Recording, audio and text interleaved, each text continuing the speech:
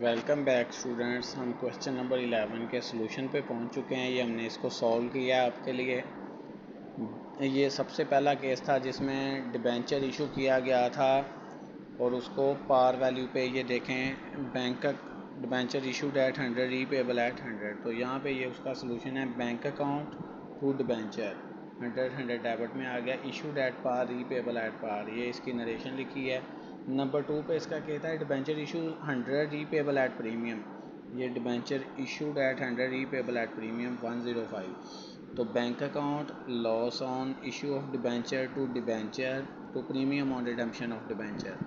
तो ये bank account में 100 आ गया, लॉस में 5 आ गया क्योंकि ये सिंगल लॉस है, असल वैल्यू पे इशू किया था। अगर डिस्काउंट पे होता तो डबल लॉस था, उन दोनों लॉसों को जमा करके लिखना था। तो टू डिबेंचर और to premium on redemption of debenture. तो issued at par repayable at premium, ये इसकी नरेशन हो गई। नंबर 3 पे इसका केस है debenture issued at 95 repayable at 100। तो वो 95 पे इशू कर रहे हैं, रीपेबल एट 100 है, तो ये issued at discount repayable at par है। तो इसकी एंट्री है bank account discount on issue of debenture to debenture 95 500।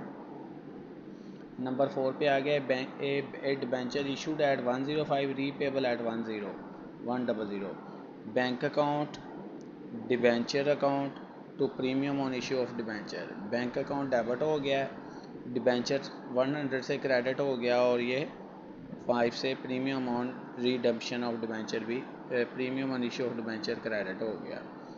और लास्ट वन एंट्री है जी ये debenture issued at 95 repayable at 105। ये डबल लॉस वाली एंट्री है। तो ये हमने इसको सॉल्व किया है। Bank account loss on issue of debenture to premium on redemption of debenture. सबसे पहले आप प्रीमियम रिडम्पशन का लिख लें, बैंक का जितने का इशू किया वो लिख लें और डिबेंचर की असल वैल्यू लिख लें। डेबिट और क्रेडिट का फ़र्क निकाल लें, वो भी 10 आ जाएगा। या वैसे आप देख लें वो 5 रुपये सस्ता इशू किया और 5 रुपये महंगा, तो उन दोनों को जमा करके 10 रुपये लॉस में। Issued at discount repayable at premium. ये इसकी 5 जर्नल एंट्रीज़ हैं। उसने क्वेश्चन में बैलेंस शीट भी रिक्वायर किया इन पाँचों केसेस की। तो ये हमने बैलेंस शीट बनाई है आपके लिए, लाइबिलिटीज़ और ये एसेट साइड है। तो सबसे पहले केस में ये हमारी एंट्री है bank account to debenture. Asset bank में एसेट साइड पे करंट एसेट में बैंक आ गया 100 से और लॉन्ग टर्म लाइबिलिटी में डिबेंचर आ गया 100 से। तो ये दोनों बराबर साइड हो गई। और नंबर 2 केस की बैलेंस शीट है, उसकी जो डेबिट साइड है वो एसेट्स पे आएगी, जो क्रेडिट साइड है वो लाइबिलिटी पे आएगी। तो करंट एसेट में बैंक आ गया और डेफर्ड कॉस्ट में उसकी loss on issue of debenture आ गया 5 से। इसी तरह premium on redemption of debenture इसका आ गया और लॉन्ग टर्म लाइबिलिटी में डिबेंचर आ गया। ये दोनों 105 बराबर लाइबिलिटी की ये साइड भी पूरी हो गई। अब थर्ड एंट्री है जिसमें करंट एसेट्स में बैंक आ गया 95 से और डेफर्ड कास्ट में discount on issue of debenture आ गई। इसी तरह लाइबिलिटी साइड पे लॉन्ग टर्म लाइबिलिटी में डिबेंचर्स आ गया 100 का। तो ये बराबर हो गई।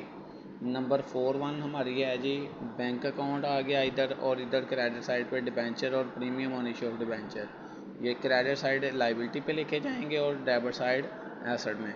और इसी तरह लास्ट वन हमारा केस है जिसमें हम करंट एसेट्स में बैंक लिख रहे हैं 95 से, डेफर्ड कॉस्ट में लॉस, ये जो डबल लॉस हुआ है उसको जमा करके लिखेंगे। और इसी तरह डिबेंचर लॉन्ग टर्म लाइबिलिटी में डिबेंचर लिखेंगे और प्रीमियम ऑन रिडम्पशन लिखेंगे 5 से। तो ये हमारी बैलेंस शीट की बोथ साइड्स इक्वल हैं पांचों केसेस में। अगर किसी स्टूडेंट्स को कोई प्रॉब्लम हो इसको लाइक करे, कमेंट करे और मुझसे कमेंट सेक्शन में पूछे, मैं उसका आंसर ज़रूर करूँगा।